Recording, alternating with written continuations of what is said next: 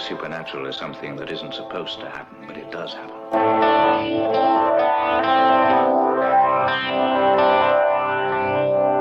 And no nation which expects to be the leader of other nations can expect to stay behind in this race for space.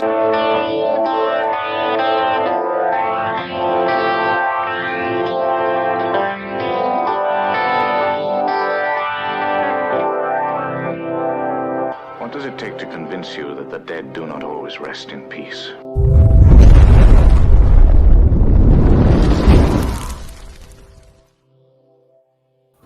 Bratz Beard Care is the proud sponsor of the Three Beards podcast. Go to bratzbeardcare.com, enter promo code 3beards with a capital B, and you're going to get 20% off. And we luckily did not scare off our guests the last time that they appeared on this show, and they have decided, gracefully to grant us another passage into the outer realms. Nice. We would like this time again like to introduce Tonya and Joey Medea. Hey guys. Hey guys. I got it right. I made sure I got it right this Hey, time. if my beard looks good tonight, I'm wearing the Three Beards from Bratz. Yes. Nice. I am too. Tonya, what do you think of the smell? I love it. Well, he let me smell it when it came here, and it's amazing. So That should get downloads, huh? Yeah, you guys. This is the first show where she smelled my beard, so that's good. Well, it's every time we've done this, it's always been, people are like, well, what do you like? I'm like, it has nothing to do with me. I go, I'm not the one all up in my beard here. I go, it's got to be the other person that's got to like the smell and it's got to like the feel. And she likes the fact that it's softer and it smells good. I mean, because let's be honest, I'm not kissing myself. I'm like somebody else is. We don't know what you're doing to yourself, but. Well, I just told you I'm not. But as you stroke the thinker, it is nice to get something other than old cheeseburger or something going on. Exactly. So that's good. So yeah, the old thinker just keeps getting longer. Well, it's just as it's also getting grayer too. It's oh well, but yeah. Bratz doesn't help with that. That's just for men. So we are going to be talking about just a really light topic tonight. I mean, it's just your everyday normal conversation. I mean, who doesn't just when you're seeing a random stranger in the store start talking about disclosure, government conspiracies, false flags. I mean, I every day. Yeah, your everyday topic, right? When you have a tinfoil hat Viking, you may get those kinds of questions. That's right. In the Walmart around 3 a.m, it happens. Are you going to tell him to put his mask on? No, he's crazy. No, he's fine. Yeah, I'm pretty sure the COVID's staying away from him. You're gonna that's now people are gonna be wearing tinfoil hats to be COVID free. So this may or may not work, guys. Yeah, we may have an aluminum foil shortage now, thanks to big foil. Oh my so we brought you on. We'll have this we'll have a guest joining us hopefully later on. It was through YouTube. This last episode was one of our most popular one, where we talked about Project Solar Warden in our best way possible, which was okay. We as we went through, did the questions, and then we had you guys on, which hard to believe a month ago already. And we realized we have an option to remake this one, kind of touch up on it, and actually hit some of the facts that we just kind of glossed over because quite frankly, I mean, we didn't know what we were doing. And we were just, we did Wikipedia searches, we did a few YouTube videos, and we just kind of went. We had an expert, but yeah, and it's I like, and as we were talking, it's like you guys' show you just did, and I brought up that question. Was it Brian Seach? Yep, Brian Seach, cryptozoologist. Yep. Yeah, and he brought up the triangle, and that's why that's one of the scout ships that is reported from Project Solar Warden where it's seen that they're basically, you've got the motherships, which look like submarines, these long tubes, which there's been several sightings of this long, like looks like people describe it as a plane without wings. Right. That's the capital ship that is Project Solar Warden, and the triangles are basically the flying craft. That's the smaller ships that do all the stuff, and they do their thing, do their stuff. Independence Day reference here. Yeah, this is. I know I'm going to be here all night, folks. Unfortunately, might as well help me out here. We're going to be talking about it tonight. Independence Day is one of those predictive programming movies where there's a lot of truth packaged in the fiction, and it gets into the culture, gets into the consciousness, and the list goes on and on. I'm wearing my Fringe hat tonight. Oh, nice. Department of Defense Fringe Division hat tonight for this. I think Fringe and X-Files and all that was that predictive programming. So Close Encounters of the Third Kind, right? If we're going to talk about that tonight, we just did a show on it. That may be based on something real, or that script was taken and turned into a false flag operation by the Air Force. This stuff is tangly, and it's how they want it. Yeah.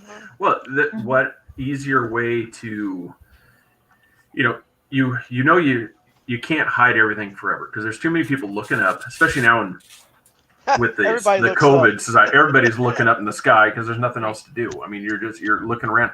So people are seeing things. That's why a lot of places like MUFON, they've had sighting increases over this time, because now everybody's looking in the sky instead of sitting here walking around doing this. Yep. They're actually, they're bored. They've already watched all their shows on Netflix. So now what do? We go outside, we barbecue, and all of a sudden it's like, hey, what's that in the sky? And you get these sightings, and I think so.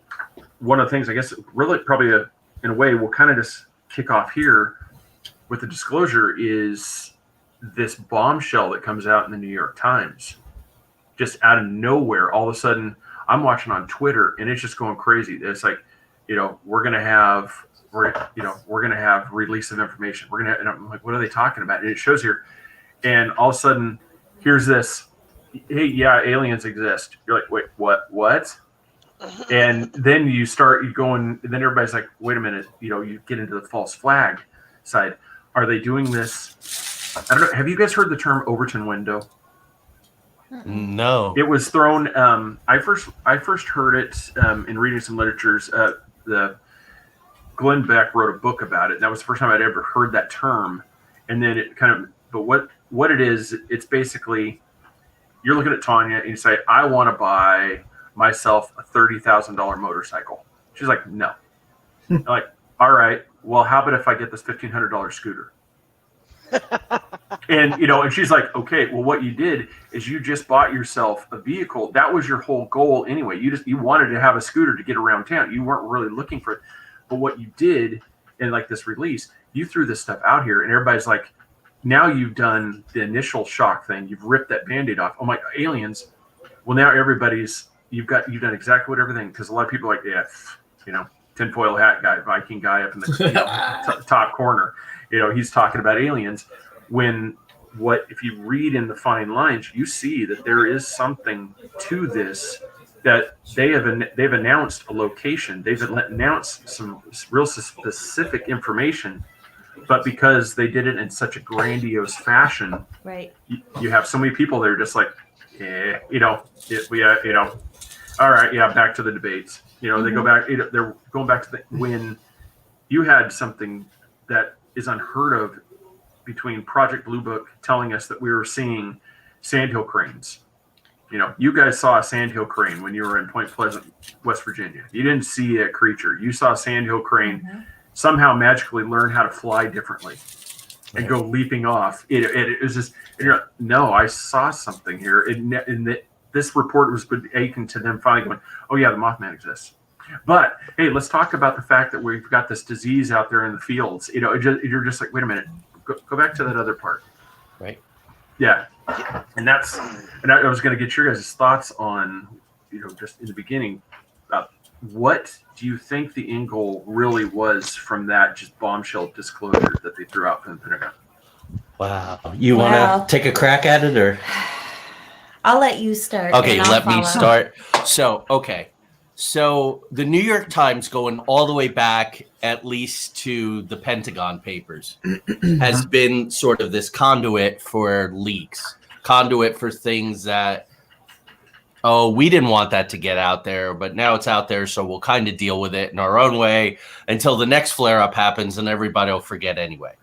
So we're going back 50, 60 years on this thing. So New York Times says in, and let me look at my notes here because it's going to be really important to get everything right. The business with ATIP, right? So that is in 2017, I believe. New York Times comes out and they say, oh, for the last 10 years, we've pumped $22 million into this project to look at UFOs. And, you know, here's this guy, Luis Elizondo, and he's leaked it because he's upset. Nobody in the government takes it seriously. Then Luis Elizondo gets involved with Tom DeLonge, right, from Blink-182. I love Blink-182. Tom DeLonge's a nice guy, but he's a little naive, it seems. And suddenly these government insiders who have been around forever, they come in and they start this To the Stars Academy. This To the Stars Academy, this startup with a rock star and this sort of shamed government agent that's been outed, suddenly announced all the Navy stuff, the gimbals, the go-fasts, the tic-tacs. Then we wait several years until we're really in not the height of the pandemic, but in April, everything's on lockdown. People are dying. What's going on here? And the Pentagon goes, oh, by the way, those Navy videos, yeah, they're real.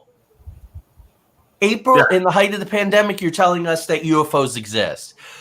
So I think, and I've been real careful about this, but tonight, for whatever reason, maybe I'm drinking too much black cherry soda. I'm just going to say it. I think that I think Luis Elizondo is just another in a long line of government shills, guys like Richard Doty from the Air Force Office of Special Investigations.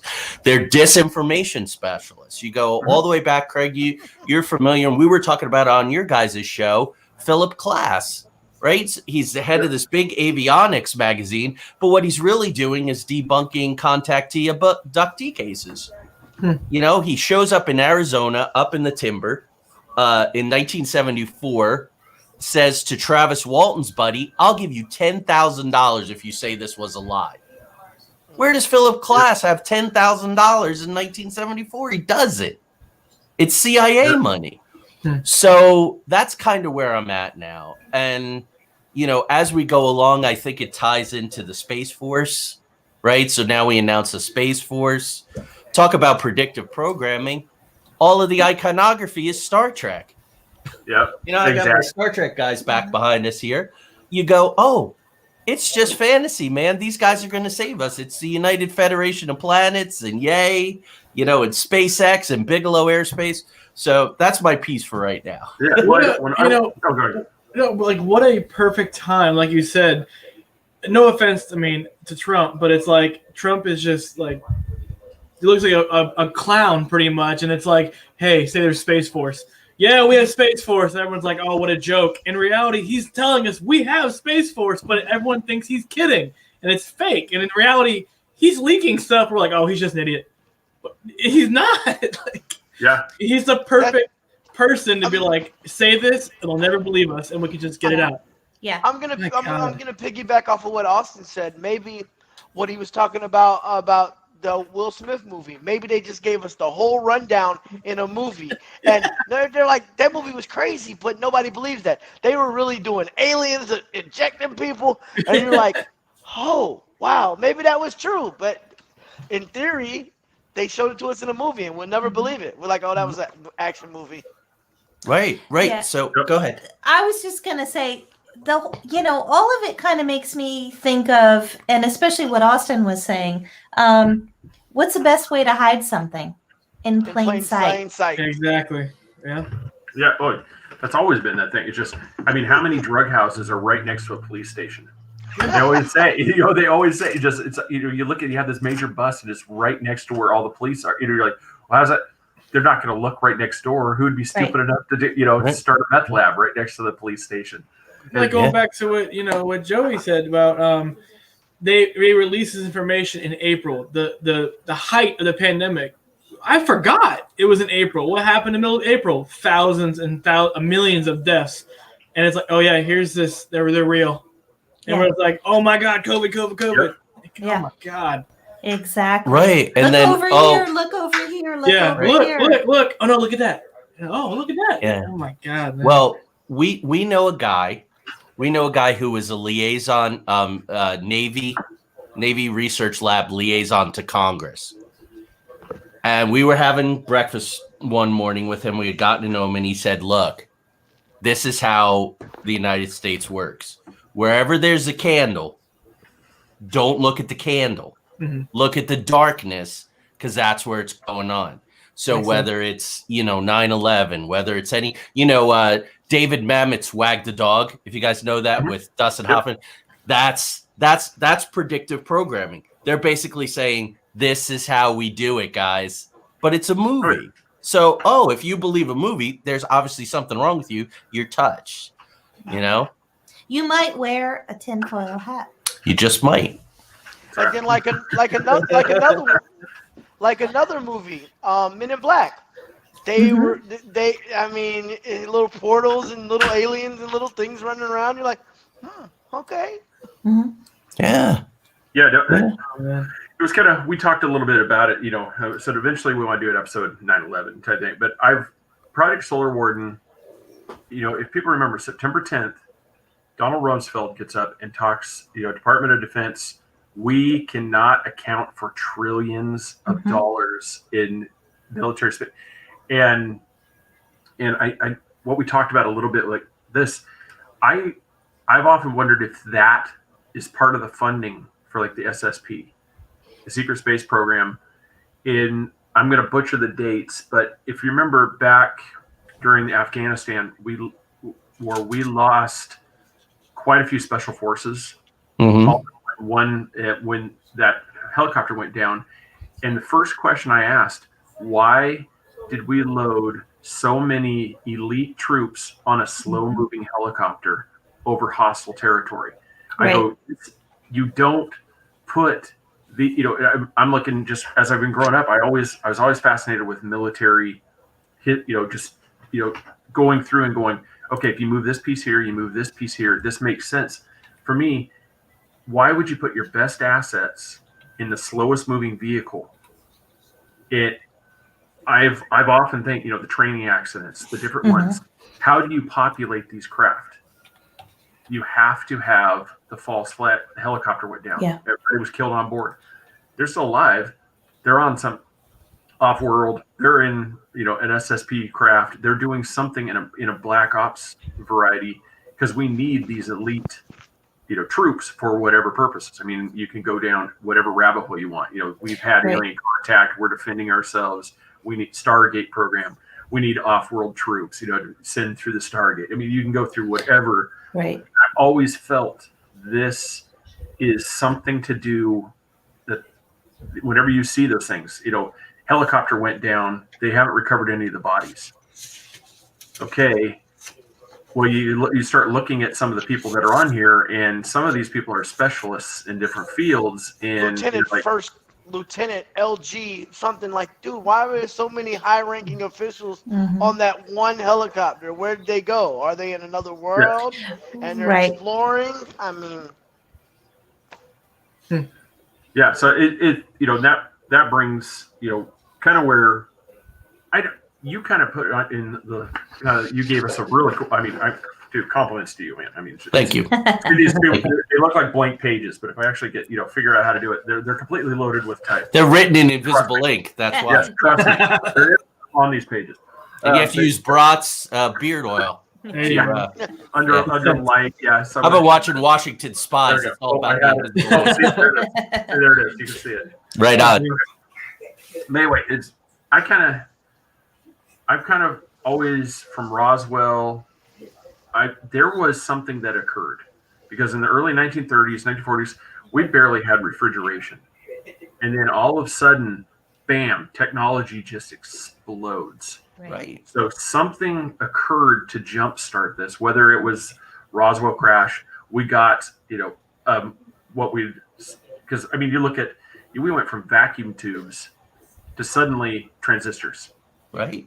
We Right. did this complete tech switch, and we'll get, and I'll let you jump on this one here. The Eisenhower, the missing 12 hours, where Eisenhower is unaccounted for. Present, and if you, Chris and Austin, if you guys don't know about this, Dwight D. Eisenhower there's multiple reports of where he's at, everything from it's a dentist visit to he's in some meeting, but nobody can find the president of the United States for 12 hours. He's gone. Yeah. He's missing. And this has been one, and that's what I said. And this is where we get the experts from the outer realms to take it from here. Okay. So being a story analyst, we have to build this like we built the disclosure. So for years growing up, you hear Eisenhower made a secret deal with the aliens. Mm-hmm. And when you say it like that, you go, yeah, right. But then we start to hear about Das Bell and the Nazi experiments. But then you find out there's a thing called paperclip, where all these Nazi scientists went to the United States because they were also going to Russia. This is what precipitates the Cold War. You go, okay, I'm listening. And then you say, well, Dulce Base below New Mexico.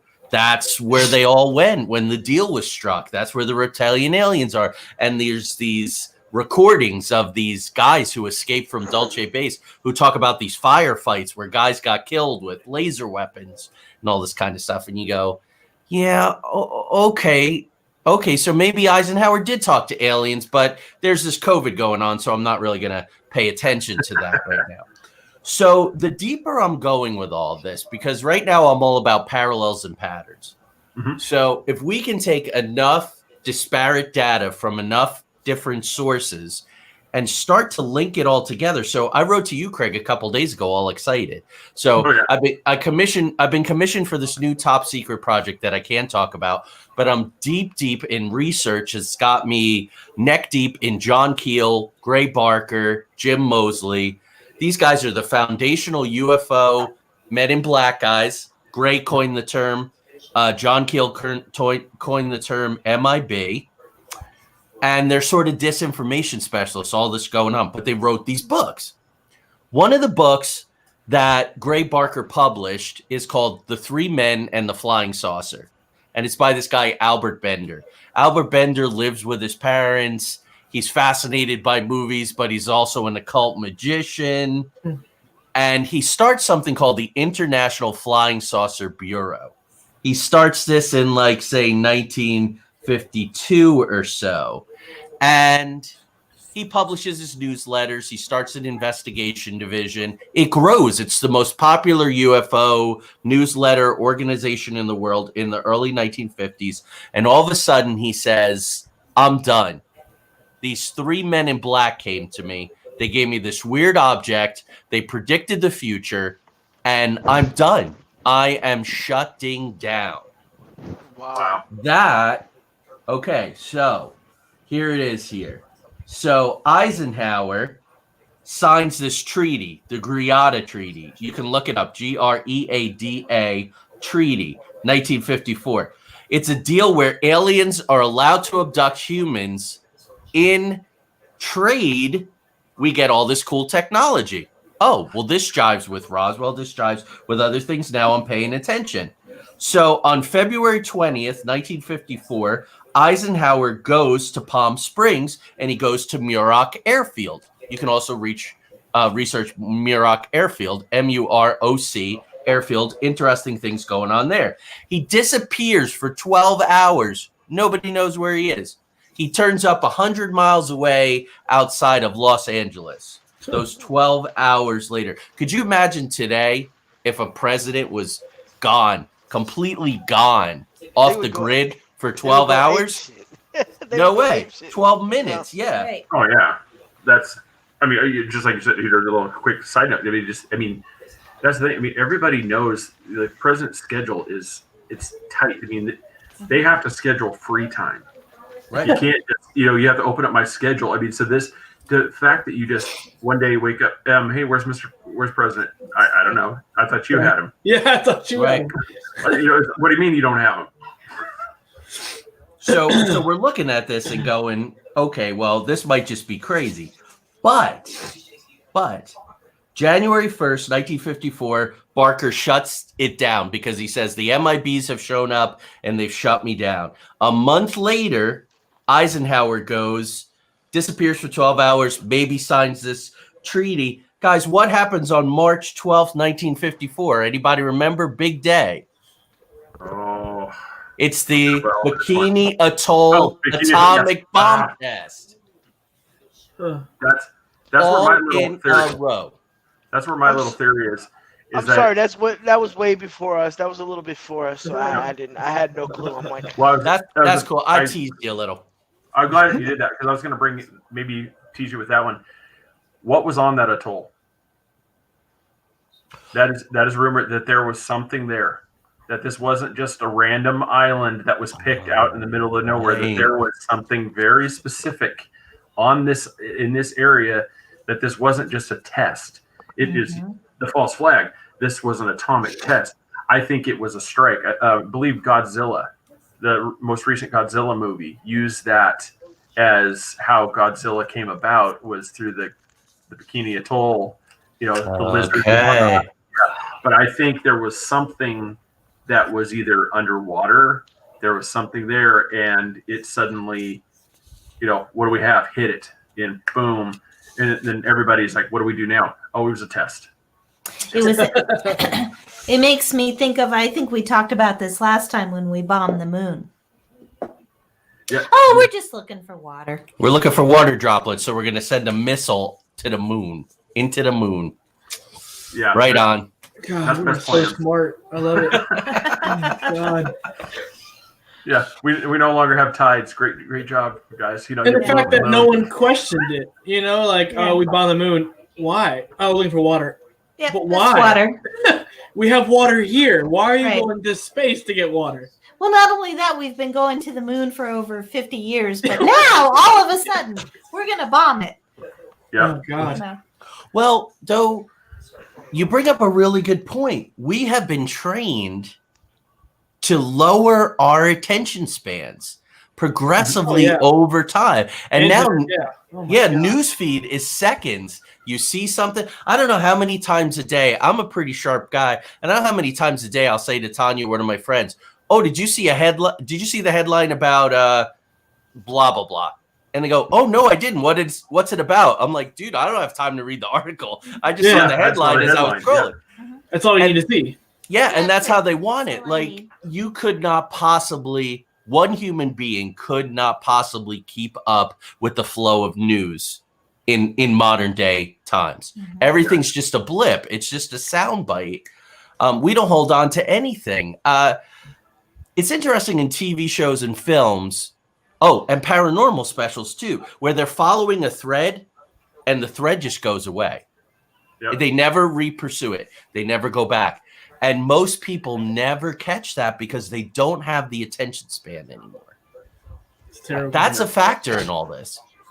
Yeah. you're absolutely right. If you actually pay attention to certain news, you can actually pick out flaws in the story. You're like, oh, well, wait a minute. He said this earlier, and now they're saying this, and you're like, oh, okay.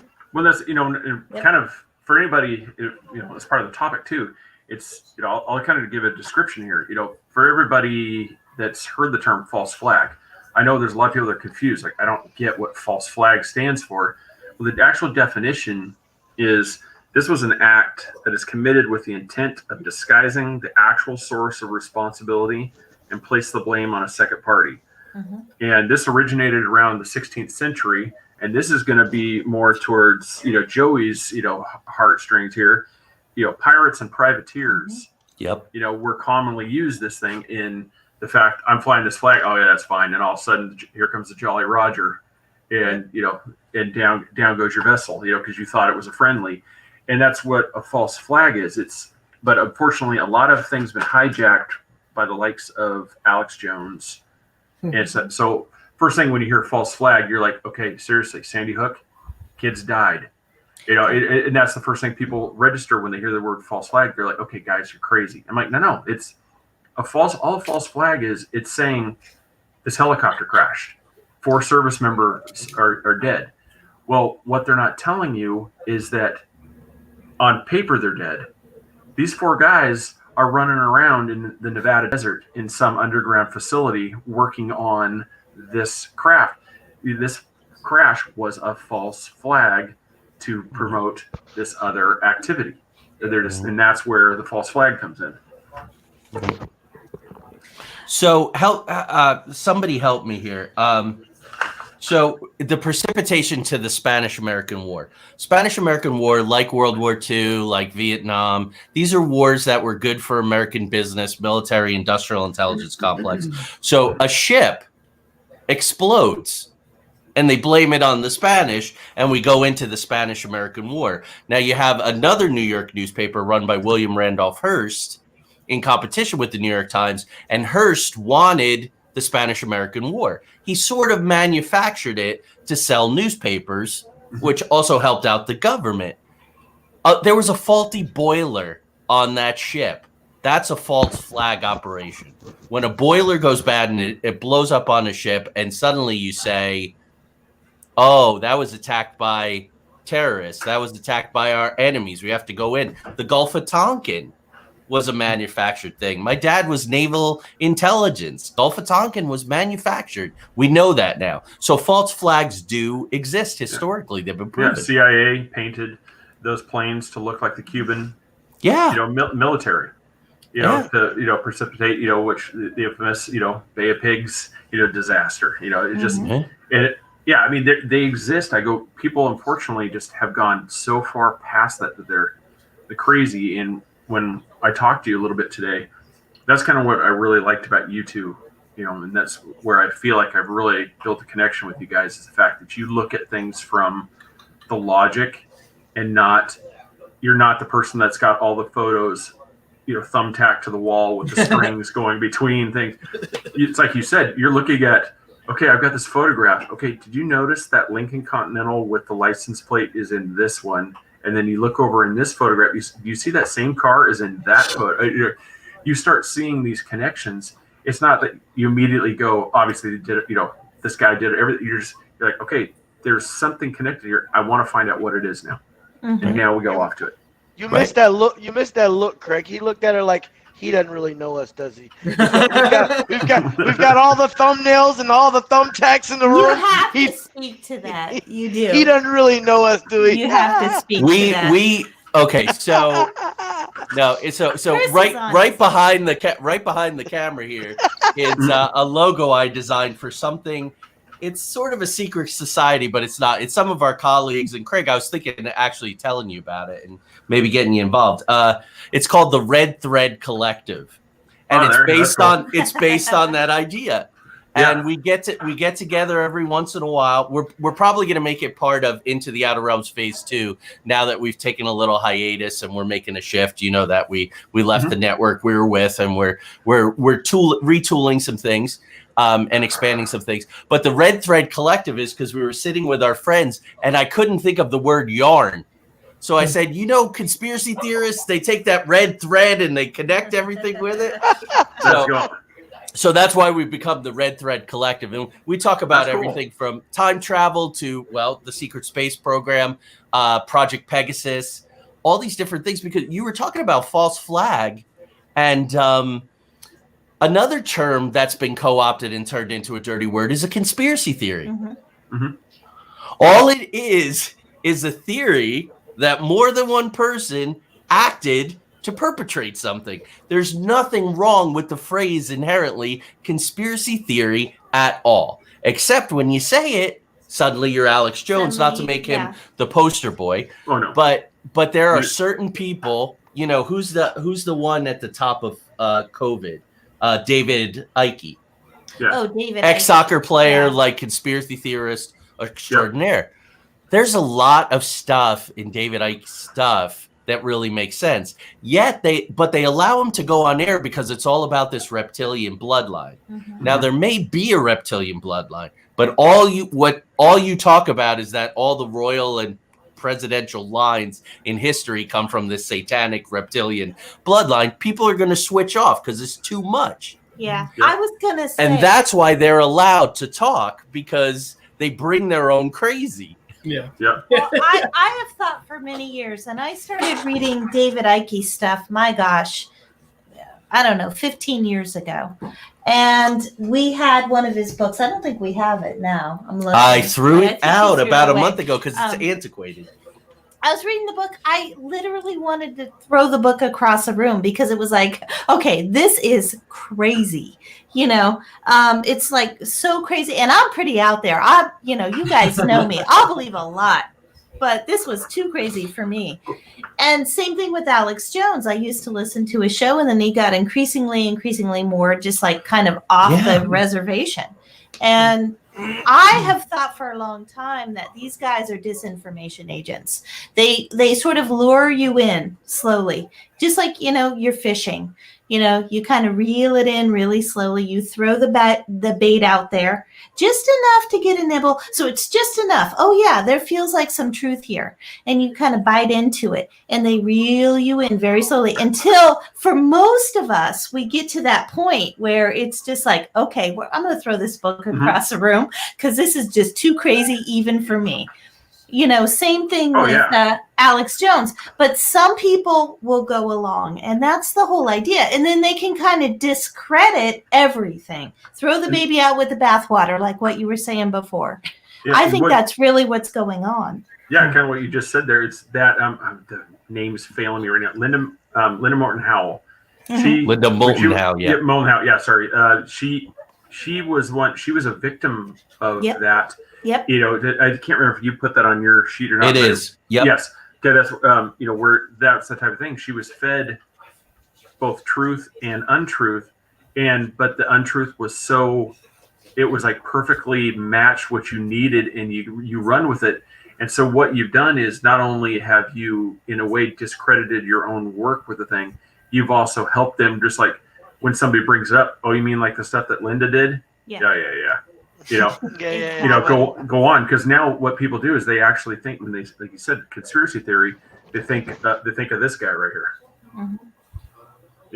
That's what they say. When they say conspiracy theorists, they're picturing the guy sitting there in his basement, doing a podcast wearing a tinfoil hat, talking about aliens coming down and controlling us all. When it's just like you said, it's the three of there's three people that have started a Red Thread Society, and that's that's a conspiracy type thing. And that's all it is. It's people that have come together to do something. That's it. That's all a conspiracy is. Right. Yep. The 6 or 8 people who got together to assassinate Lincoln.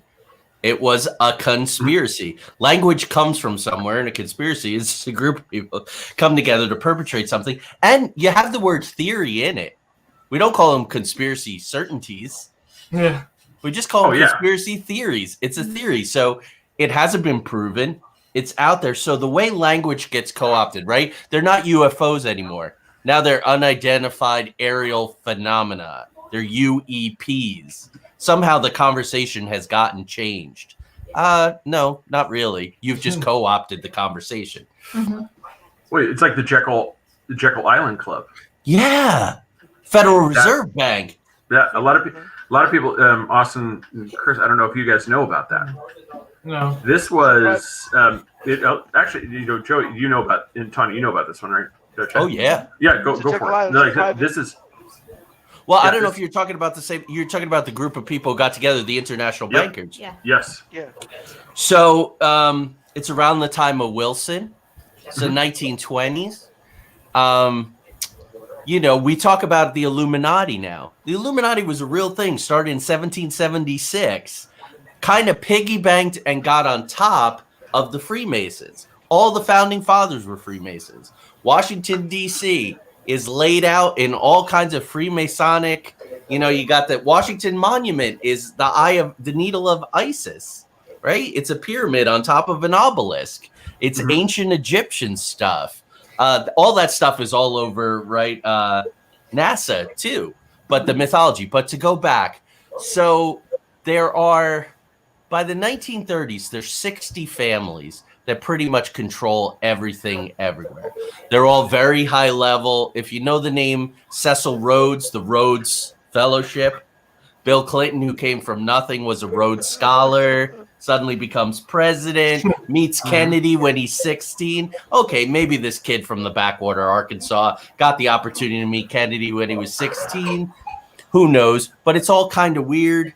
You know, maybe Clinton is a Rothschild. So you have this international family, the Rothschilds. It's a Jewish family, which is really immaterial. Sometimes that gets confused and tied up. Hitler's grandmother was a servant in the house of the Rothschilds. So how does this quarter Jewish kid with Schnitzelgruber, whatever his name is, that his father changes the name, become one of the most powerful men in the history of the world? Maybe because he's a Rothschild. He had an entire town razed in Bavaria by tanks, I think, to cover up his origins. He just had the town razed, right? So we fast forward to the 1920s. By this time, the Rockefellers, the Morgans, all the guys who squashed Tesla, right? Free energy, squashed them, squashed Tesla, right? In favor of Edison, who was in bed with Morgan, JP Morgan. Yep. So all these families, they've invested in, Henry Ford was investing in German technology, whatever, you know? So yeah, Henry Ford. So and Henry Ford now, it's, if you ask a lot of historians, Henry Ford was anti-Semitic and tied intimately. So this money is flowing both ways, right? Which is what everybody says about the Illuminati. You invest in both sides. The outcome is immaterial. You win. You win either way. Right. Yep. So I'm writing this series of fictional books about a family called the Ravenskulls, and I realized one time that they're based on the Rothschilds. I didn't even realize it. It was subconscious. But this idea that there are master chess movers. So these guys all get together on Jekyll Island. Are you kidding me? Jekyll Island in Georgia. They like to make fun of us by doing this kind of thing. And they get together and they decide, the U.S. Treasury controlling money, backing it by gold, this is not a good idea and we don't like it. So from now on, we're going to create the currency. We're going to set the rates. We're going to create the value. What we're going to do is we're going to give the government money. The money is going to come from us. And if you look at some of your dollar bills and all, some of them are from the Federal Reserve. So how it works is they give the government, say, $1 trillion. Now, in the months leading up to, most people don't know this, in the months leading up to COVID, they were pumping billions of dollars a day into the federal banking system to prop up the economy. Whose entire political leverage hinges on the economy? I'm asking you that. So is he a disinformation agent? Is he a clown? Is he the smartest operative in history? We don't know. So anyway, Jekyll Island, they get together and they go, we're going to pump this money in. Now, what happens, folks, and you can look this up, it's everywhere, but it's hidden. The Federal Reserve is not federal, nor is it a reserve of any kind. They have nothing. They have no assets, except they're controlled by the board of the 8 biggest banks in America. They lend, they make this money based on nothing. Based on nothing. They make this money and they give it to the government, who then gives it to the people. They got to pay it back, though.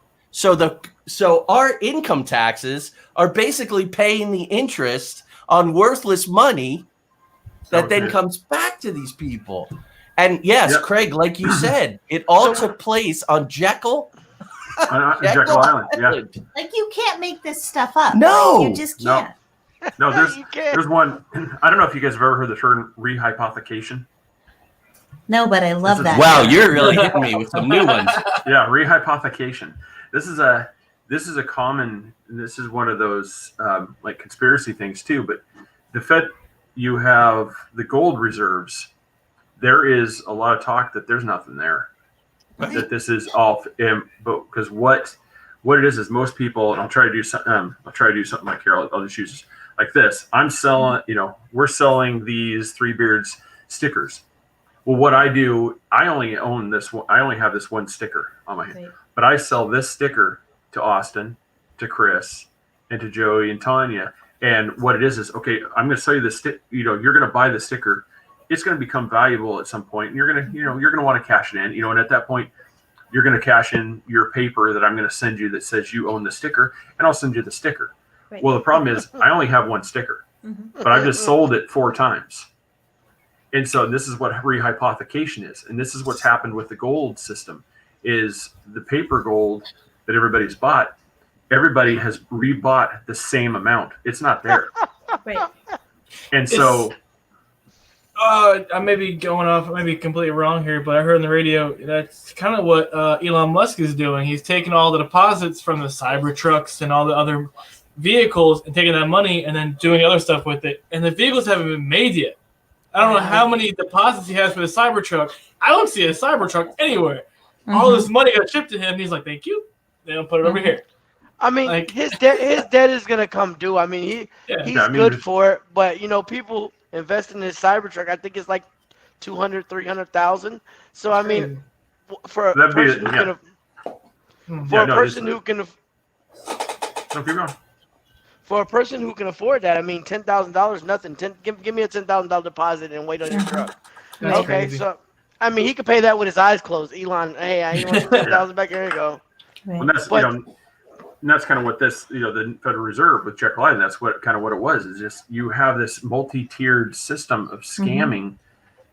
I mean, how crazy? Who doesn't want to be part of that system where I'm going to loan money to all 4 of you, and not only are you guys going to pay me back, you're also going to pay me interest on this money that is just as valuable as what I just showed you here. Doesn't even exist. Yeah. Quote You guys, quote unquote, when the government do it, it's okay. When people of higher power do it, it's okay. But if me and Joey starts to scheme, hey, you give me $1,200, let me give you this, and let me give you that, then we're going to fetch for a Ponzi scheme. But it's okay for everybody else to Ponzi this own little circle of money and coins and whatever you call it. But I mean, I may be wrong here, but is a credit card the same way, technically? Because there's no money. It's like, hey, take this free money. Oh, now you owe me real money because you borrowed my money. And technically, I never loaned you money. I just gave you this piece of card. Right. That's There's true. no So, actual yeah, ever it's all money. make-believe. It's an extension off of the same, it's kind of like yet one more way to earn money off the same fake thing that we're passing around, God. and it, Right. yeah, it's pretty crazy. I mean, you get these, and you can go down any. I mean, that's the cool part about this. You can fall down any rabbit hole you find one little thing, so next thing you know, you're looking back like we joked about, and you've got red threads everywhere. Right. So just because it. So look at what happened at the top of COVID. I started to think here with the red thread. See, that's how it starts. So we'll be selling subscriptions. Next thing you know, One you're subscription I'm selling to everybody. The same There subscription. you go. One access code It's to an the exclusive website. membership to So everybody 1,000 the same people. access code. Oh, God.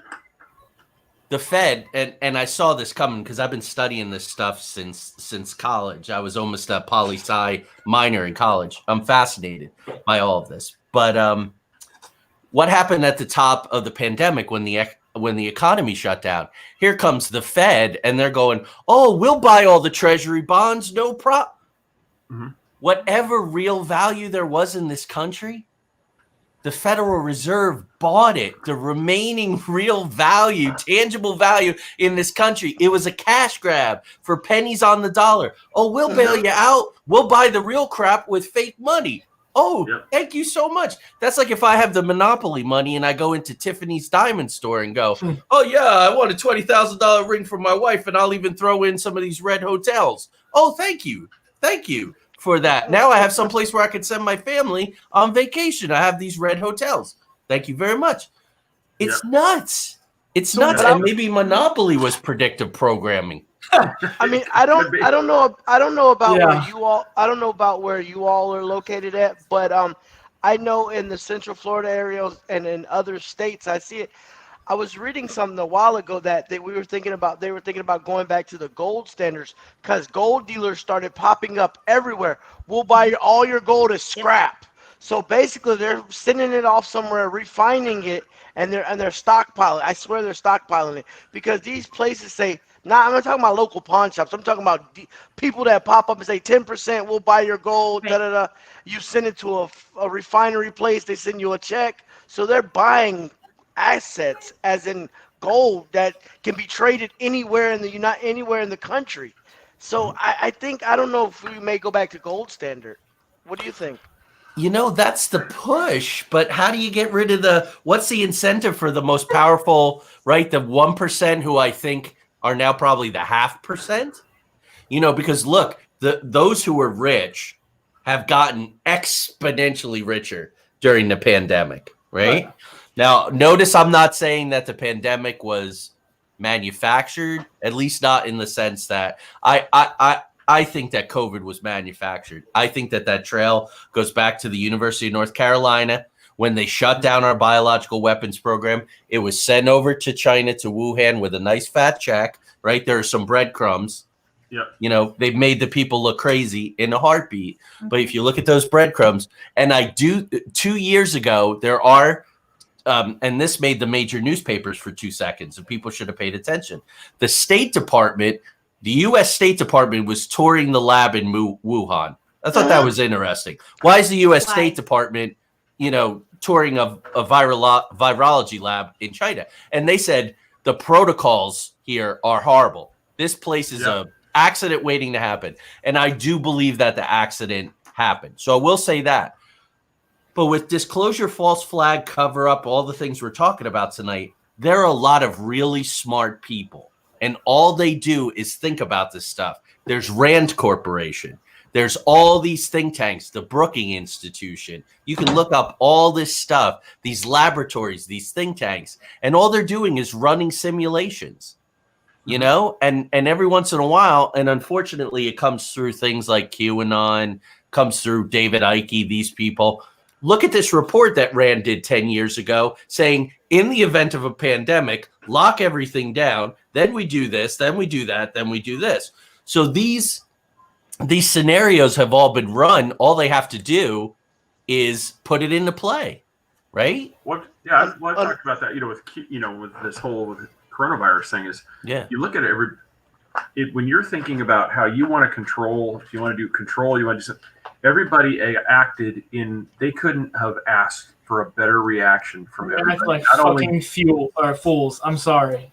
Yeah, everybody willingly basically isolated themselves, followed the exact things they're supposed to do, separate, don't talk to people, stay in your own bubble, you need to, this, if you don't buy stupid things you're not supposed to. You're going to kill grandma, you're going to, and if anybody wants to show, it's like, well, people are smarter than that. Okay, I have a meme that I showed out there. You've got to people keep forgetting that we bought out toilet paper for a respiratory disease. Exactly. I still can't figure that out. So if anybody thinks like, oh, we'll be smart enough to see these things. No, I mean, we had a toilet paper shortage because people were freaked out about COVID. I mean, do you understand it? I go, at no point was explosive diarrhea a symptom of COVID. Right. There's people with, I could bet you under beds, there's probably people that still have, dude, what are we going to do with this 1,000 rolls of Charmin? I don't know. Yeah. No, there's a guy at work, right? And periodically going through his neighborhood, he has a whole boat full of toilet paper, literally sitting on the front of his boat. Good like, Lord. dude, you super stocked up on toilet paper, so you'll store it in the boat that you don't use. What's the new shortage though? So yeah, I was just gonna say, it was toilet paper, and then like you couldn't hand sanitizer, you couldn't get disinfectant wipes like anywhere. Now they're kind of coming back, but I went today to get paper towels, and unless you want to buy like the giant, $14, 12 pack of paper towels, forget about it. You can't buy a single roll of paper towels. You gotta buy a giant case of paper towels. So What was that like? I don't know. Couple months of this coin shortage that just disappeared. What was that about? No, it hasn't disappeared yet. Some places are still short on coins. It's I don't know where all the coins went. I actually saw something about it's funny you said that. I just looked at that yesterday. What happened is, how did coins circulate? It's like, so you in a shop, Right. we go, well, we've all got that pocket of coins, Yep. that little thing in the car, the little container somewhere in the house is full of coins. Well, you take those as you're shopping. Well, now how many restaurants, stores have said no cash? Yeah. Right. Cash is dirty. Cash is. Well, this is perfect segue. Very nice job, Austin, on this one, because where you have like a false flag or something that comes in, what has been one of the things that that's been in the works that they need us to do? Cashless society. Yes. Right? Mm-hmm. You have to go to digital currency, because once you go digital, you eliminate the barter system. You eliminate undisclosed transactions that can't occur, because there's people. It's like, okay, I can trade. Okay, I've got a bottle of Brock's beard oil. I'm going to trade to you for that package of toilet paper. Well, I'm now out of Brock's beard oil. I can't trade this anymore, and the only way I can do it is buy again. Well, I have to do this digitally now, because they're going to have a period where you have to turn in cash, or it's as valuable as this Three Beards sticker. Yeah. It's a piece of paper that no longer has value because you didn't trade it in. So keeping it under the mattress is worthless. You have to trade it in. There's no underground system, because once, you could have an underground for as long as people have product, but after a while, Joe and Tonya, you guys have no value for my cash anymore because you can't spend it. So Right. what do you care if I've got a roll of hundreds that I'm going to hand you to buy this thing that you have? What are you going to buy with it? Right. Yeah, I can't do anything with this. Right. It has no value to me anymore. And so all that money you thought you were setting aside, and that's where I think part of this was done, is I personally believe that some of this were test runs. Mm-hmm. Oh, yeah. What are people going to accept before they just freak and say no more? And I think we kind of saw how far people were going to go with masks before they finally just said, no, I can't do anymore. Oh, I agree. It's constant simulation, data collection, and it's all been tested. Rand, I believe in the 1960s, came out with a report that said, I think it was the 1950s. Rand comes out with this report, and it says, we can't tell people about UFOs and aliens because it will completely collapse society. Mm-hmm. I think if you ask the average person today about aliens and UFOs, they'd be much more blasé about it, because there has been all this predictive programming, right? Yeah. So two things real quick. You guys familiar with Christopher Green? Sounds familiar. I think you have it. I'm trying to remember. He got a lot of viewers at the early part of COVID because he's a little bit religion, but he's all about digital and gold and alternative currencies. So he was getting a lot of hits. So he comes on one day and he says, I saw a vision where Jesus is going to be in the sky, but maybe it's going to be a UFO. What he's trotting out, and maybe is another information agent, is Project Bluebeam, if you guys have heard of Project Bluebeam. Project Bluebeam has to do with holographic projections in the sky of either Jesus or a UFO. And they've been testing this technology. Nick Redfern, who's a well-known ufologist, also kind of now carries the Men in Black torch primarily through his research. There was an incident in 1980 in England. It was a nuclear base, American base, Rendlesham. Yep, the Rendlesham incident. Yeah, where they see the lights and they go in and there's a ship and they touch it. The guy touches it, then he's doing the zeros and the ones. It's this weird code about all these places. Rendlesham is possibly Nick said it happened during Christmas time. Most of the people were gone from the base. It was a skeleton force. There were guys that were covering things above their pay grade because they were covering. And he thinks what it might have been was a combination of holographic projection and aerosol LSD, aerosol hallucinogens. Now, again, If you just hear that, you go, oh, come on, man. I would be more inclined to believe UFOs. So it's kind of beautiful the way it sets up. Or, yeah, Eisenhower made a deal, right, and signed this treaty. But what was 10 miles away from where Calvin Parker and Charlie Hickson had their 1970s experience in Pascagoula with these robot-looking things and their abduction? Horn Island. What is Horn Island? It's a biological and chemical testing laboratory that was involved with places like Sidney Gottlieb and Camp Fort Detrick, right? He was given LSD to chemists and agents. The whole wormwood thing is about that. So when you start putting these pieces together, maybe Blue Beam isn't a fabrication. Maybe they are going to test these reactions, right? With a holographic image in the sky. Hello there. Hi, Marshall. Hello. Hey, Mark, how you doing? Marshall. Marshall, welcome to the program. Just real quick here, introduce you, Marshall. This is Joey and Tonya from Hello. the Outer Hello, Realms. Joey. Hello, Tonya. And obviously, you know who we are. Everybody, Marshall, we'll just kind of, this real quick here. This just started out from our past show project, Solar Warden. Marshall commented a couple times, and then we got in kind of like a comment thread back and forth, and he was bringing up stuff. And I just went and told him, it's like, hey, when we do an update, it's like, would you be interested in coming on and kind of giving, talking with it too? Because, you sound like you've got some really good, thoughts and stuff on how this went, and you jumped at the chance. And so I offer that thing. So welcome to the show.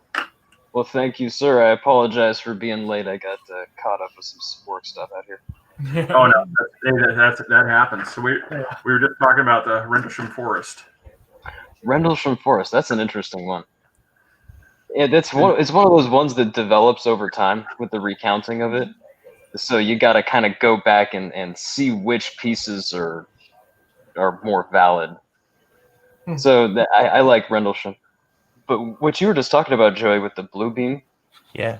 what makes sense to me is not really putting a hologram in the sky, because you could do that, but it would probably take a little more work than it's worth, because you got to account for all the different angles that people are going to be viewing it from. Mm-hmm. But I would think that the easier way to do it is just to broadcast it into people's head. As weird as that sounds, it's actually easier to do that, especially nowadays, because with the environment the way it is, and everybody's been consuming essentially nanoparticulates for the longest time. Mm-hmm. And so what you have is each of the people in the society is kind of like a little antenna and a little receiver. And it's just like broadcasting a radio signal. And the the nanoparticulates assist with being like little repeaters inside your body. And since the 70s, they've had electroencephalographic dictionaries. I mean, I think there was at Stanford or something that started doing that project in the 70s, where basically the idea is you hook somebody up to an EEG, and then you're mentioning words and concepts and giving them visual cues and stuff, and then you notate what the EEG equivalent of those things is, and so that gives you a dictionary of brain waves that equal certain concepts. Mm-hmm. So you can reverse that and just broadcast it right into their heads. And the psychoelectric warfare accidental dump that happened perhaps has something to do with this, but the government and other agencies and entities have had access to sufficient technology for decades that's sufficient to broadcast en masse that kind of thing, which is a much more cost-effective way of doing it. Marshall, that makes me think of, I've heard a lot of accounts of people who consider themselves like targeted individuals. Have you heard of this? Oh, of course. Where they feel, I figured you probably did, where they feel like they're having this exact kind of thing sort of beamed inside their head. And to many of us, that would sound like, out there. But that sounds exactly like what you're talking about. Well, it's the whole point is to sound out there, right? Yeah. Yeah. Will the 5G, will that enhance the delivery mechanism? Is there a correlation there? Well, really, the 5G is just data speed, and the speed I don't necessarily think is necessary for the broadcasting itself. I think it's more like if you want to use the data that's coming from the people, that and you want to like collate that in real time, and be able to synchronize a lot of people over a certain area. I think that's probably what it's more useful for. But I mean, I'm not an expert at this stuff. But it seems it seems to me that what they want to do is get as many nanoparticulates of various kinds in the body as possible. So once you get the nanoparticulates of the various kinds, you kind of hook them to different systems in the body, whether it be DNA or circulation or immune system, brain function, whatever it is. You can see this in the scientific literature and even just like popular literature. They'll talk about this. So once you have the different nanoparticulates and stuff inside the body, what you need then is just something to coordinate all of it for each person. And to me, that would be the purpose of the quote unquote chipping somebody, right? It's not that they want to track you. I mean, tracking is just BS. They've been able to do that without the chips forever. Right. So they don't want to track you. They could give a shit. Pardon my French. Yeah. But so what the chip is to me is the common surface between all the data that's happening inside the body and then the cloud-based stuff. Because really what you're looking at is the cloud is collecting huge amounts of data, collating every kind of data you can possibly imagine. Mhm. The goal being to build as realistic and as detailed of a simulated version of the world as possible, use it to forecast and do other things. But then you got to plug in each of the individual operators to do that. And if you're having a really good simulation that's based on medical data and other things, then you're coordinating everything down to a medical and cellular level in a human being. Jeez.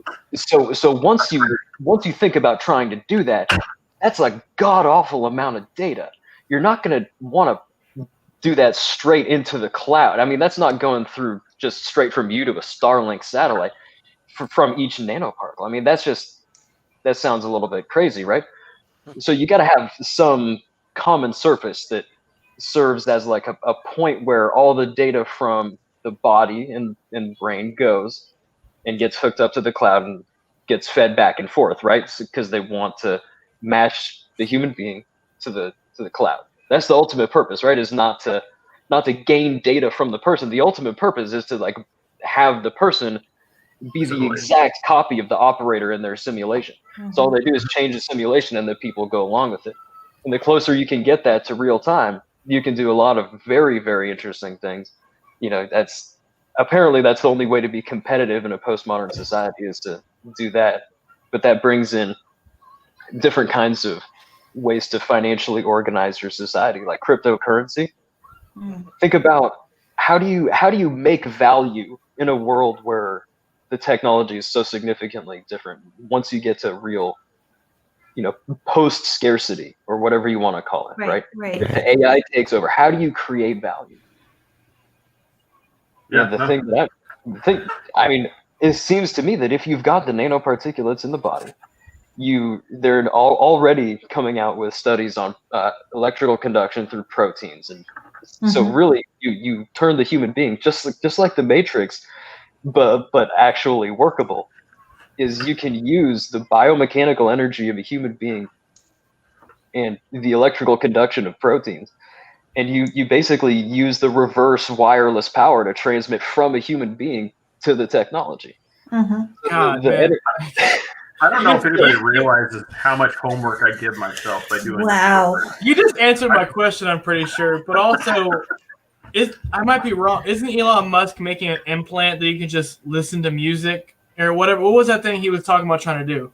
Oh yeah, he wants to do the neural link, which is the plug in the brain. That's one way to do it. But DARPA's going to roll out the chip they've been working on for a couple decades now. They're going to roll it out next year. They just came out with articles about that. So that's the real deal. That's what I think. Elon Musk is far behind on that thing. Yeah, we didn't even touch on DARPA. Yeah, No, we didn't need even touch to. on that. Yeah, that was.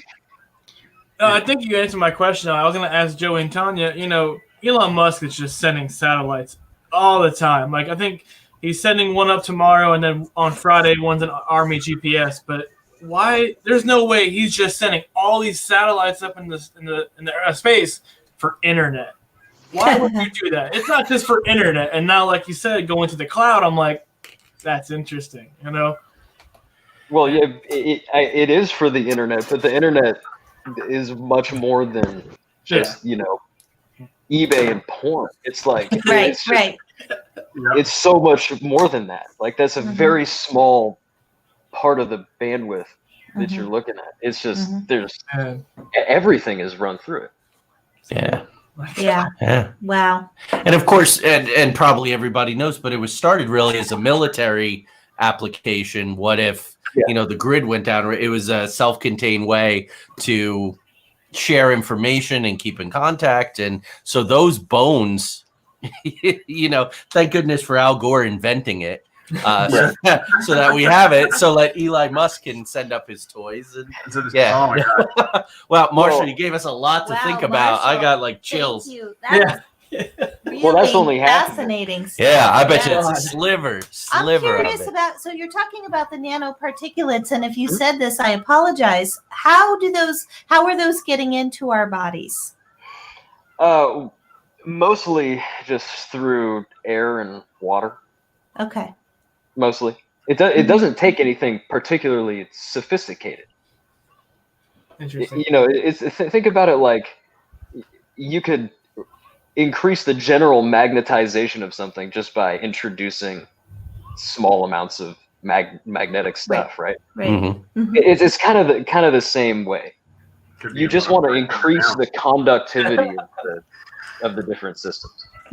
So all you're doing is amplifying the signals that are going to reach the coordinating ship. That's all you're doing is you're amplifying. This reminds me, what you're talking about reminds me a lot of, I believe it was Robert Becker. You may be familiar with his book, The Body Electric. And he did a lot of research about how the human body, and I'm sure, our government and, has done tons of research beyond that. But when that book came out, it was considered nonsense, pseudoscience. But it sounds like exactly what you're talking about. Oh, this stuff it's because it's horrifying. No one wants to look at it because it's absolutely horrifying. Because I mean, if you look at what it's doing, it's moving humanity into the next phase of the culture. The singularity. Well, yeah, but the singularity is like another thing in and of itself. But it kind of, I guess, the end result of this. But really, the intermediary step is the change in generation of value, like I was talking about, where one way is you use the physical action of the body to generate actual electricity and power. Right. The work of the human being now translates into actual energy for the machines themselves, right? Yeah. So then humans work for the machines by living and by just literally just running on treadmills is all it could be, right? That's all it has to be. Yeah. And the other way that you can generate value is by lending the processing power of your brain. That's the other way to do it. Because really the AI, to just everything that I've read about it, it seems like the way to really create the best version of the ultra smart AI is you don't need to make a programmed machine with the general artificial intelligence. You have sophisticated enough algorithms that exist in a cloud that are linked to this, nanoparticulate kind of thing. And then you use the operations of the humans themselves through a combination of this, back and forth brainwave kind of stuff, just like we were talking about, some microwave telepathy, basically. And you just use the actual hardware of the brain. And I think that you could actually get to a situation where another way to judge value of human beings, or like the way you make your paycheck in the AI society, is while you sleep, you let the computer use your brain to process stuff. And I think that's the first thing that popped in my head is, literally is that scene out of Matrix where everybody's like, Yeah. you're laying down, you're hooking up to the thing. Yeah. You go, and that's the idea. I'm too young for the. Well, not probably too young. I never watched The Matrix, so my comparison would be. I don't know if we can be on the show anymore. Shut up. My comparison would be Black Mirror. Like what was the $1 million Man, where he rode to get your money, and then the one with the girl with the parent controlled what she could see. I was like, this is like. It's exactly like that one. This is crazy. It makes me think of, is it Charlie Chaplin with the movie where there's the machine and the people like rise up against the machine? No, Metropolis, Fritz Lang, right? Mm-hmm. The German, the German surrealists, impressionists, and all were smart guys. But this comes back to all that predictive programming. You trot these things out, and then you watch how people react to them. You watch water cooler talk, right? What are people saying? What will they stand for? I've noticed going back to Bush 2, right? Which his whole brain trust was really his daddy's brain trust. So these guys who came up in the 50s, 60s, these guys built the military industrial intelligence complex. Yeah. They started to trot out things, right? You put John Bolton as the U.S. ambassador to the UN. He's horrific. He's horrific. He's brutal. He says everything that it's on his mind. You got the supposed hot mic with Dick Cheney going, "Rock you, Senator," right? And people are going, "Oh, cool. They're realistic. Look at Trump. Oh, old Joe Biden, old Sleepy Joe, old, Shorty McGee over here." I grew up in Jersey. We're used to that. But it's like, how much will people deal with?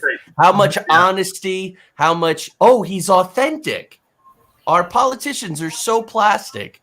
This guy's authentic. We like him. He's just like us. He says the things that we falsified. and it kind of moves through. I'm real big on this predictive programming now, right? Because what we were talking about tonight. So Steven Spielberg in 1970s, he's coming off Jaws. He's got money, he's got backing, and he wants to do a movie about UFOs. Do a movie basically about disclosure. The first script of Close Encounters is about a whistleblower, like an NSA whistleblower, who says there's something real going on here, and he comes out and he has to deal with that. Well, that's reflecting on Vietnam. That's reflecting on Watergate and Nixon's plumbers and all those guys. All of a sudden, J. Allen Hynek gets involved. Now, Hynek is a physicist. He's a college professor who they bring into Project Blue Book to debunk everything. He's a total cynic. Hynek starts he starts to see stuff. He's the infamous swamp gas and Jupiter and temperature inversions and all this nonsense. But he starts to see things, and he starts to move along the trajectory there to a believer, to a skeptic, right? To a skeptic, not a believer, but a skeptic, a healthy skeptic. So suddenly he becomes Spielberg's script consultant. And suddenly we have Close Encounters of the Third Kind, which looks an awful lot like something called Project Serpo. Project Serpo comes out of the deal with Eisenhower, the exchange program and all. These people disappear from the mid-60s to like 76. They come back. They all suppose it's 12 people. It's 10 men. It's 2 women. Sound familiar? At the base in Close Encounters, it's 10 men and it's 2 women, right? Who ultimately go. Supposedly they all died of radiation effects from space travel, and they all died prematurely. We can't ask them anything. Now, in 2005, Project Serpo gets leaked. Just like ATIP gets leaked, just like Navy videos get leaked, right? Leaked. But here's the weird thing, and this is why we're all tangled up, and this is the brilliance in it. Was Close Encounters based on Project Serpo, or was Project Serpo created by Richard Doty at the Air Force Office of Special Investigations to trot out based on Close Encounters? That's cool. That's how they want it. That's how they want it. How do we, it's brilliant, right? You were talking about Linda Moulton Howe. Sorry, Yeah, I went on for a while, but No, that's all completely valid.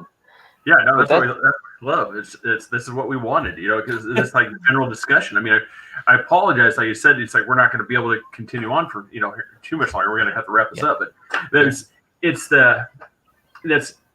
kind of what we were talking about in prior to you coming on, Marshall. Is how these things are.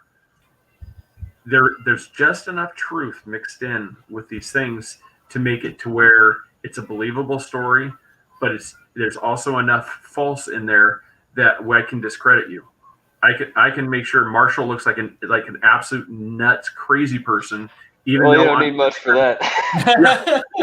join the club. Even though half of what you're talking about is legit, this actually occurred, but they give you just enough also that if at any point they could be like, dude, seriously, you think this really occurred? Yeah, no, you're crazy. Right. Well, to me, what it looks like is a Ponzi scheme. What the organization and the timing of the whole thing strikes me more like a Ponzi scheme than anything else.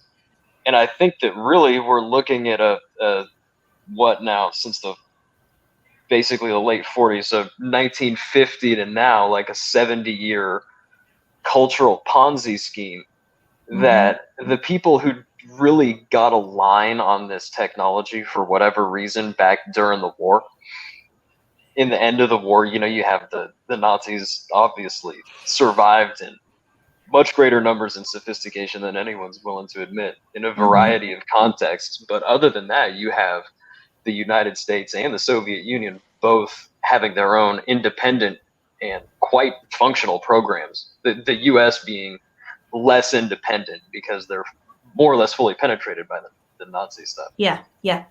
But you really have kind of several people who have touched on this, and God knows who else has found it throughout human history who still might be around and just away from our view. Because the technology itself it really gives you the capability to have a civilization that's just completely invisible to most people. It really allows you to do that in a number of ways. So who knows how many times it's been discovered? Who knows? But in the end of the war, they really got a line on it, a couple of different people. And what strikes me is that there's been a cultural Ponzi scheme to just get people running around in circles by whatever means necessary until it's fully ready. That's it. So whatever comes out, it doesn't matter. It really doesn't matter because the people who have their hands on it have had their hands on it for a long time. That's right. Absolutely no incentive, reason, or evidence to suggest that they would or would want to disseminate it to anybody for any reason. So the fact that anyone would be interested in doing disclosure, like that's an act of war to these people. Like you wouldn't get them to do that. Right. That's like you wouldn't want to do that. Right.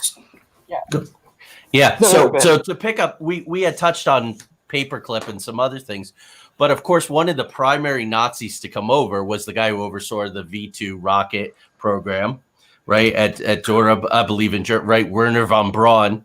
He's small potatoes. Well, He's but I mean, as far as U.S. visibility, right? As far as paperclip guys who came over. Yep.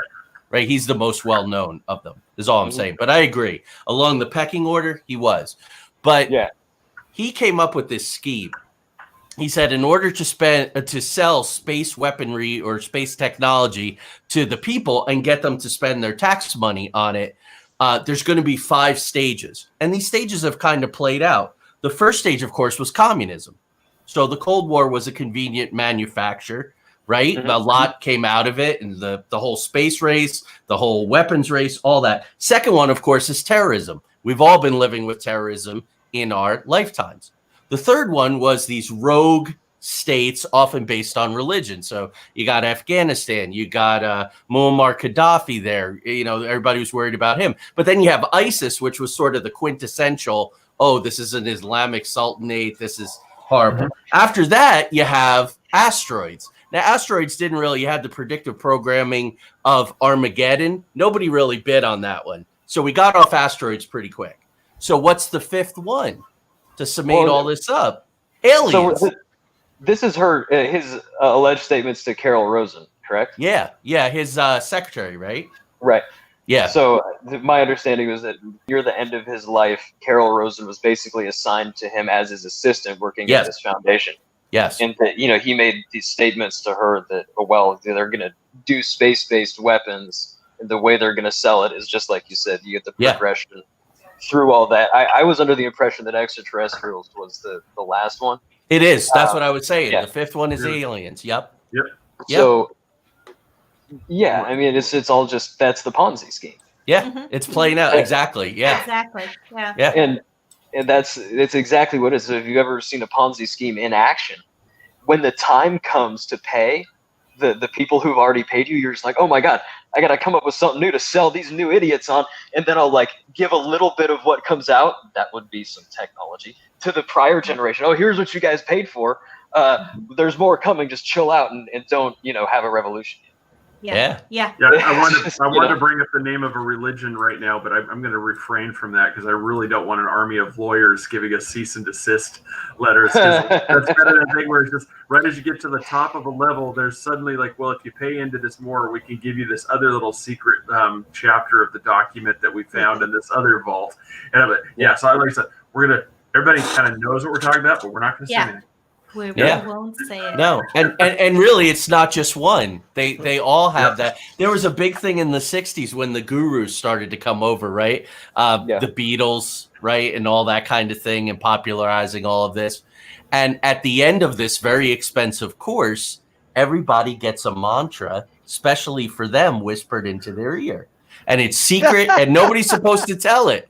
Well, a couple of guys go out for ales at the pub and they go, come on, man, let on. What's your mantra, man? And the guy says his mantra and the guy goes, that's my mantra too. And someone from across the room goes, that's my mantra too. So it's not confined to one. It's all, we got the secret. I mean, your grandmother belonged to something called like the Ishtar, whatever. And every month you would get this little 3 or 4 page pamphlet and it had a new data bit.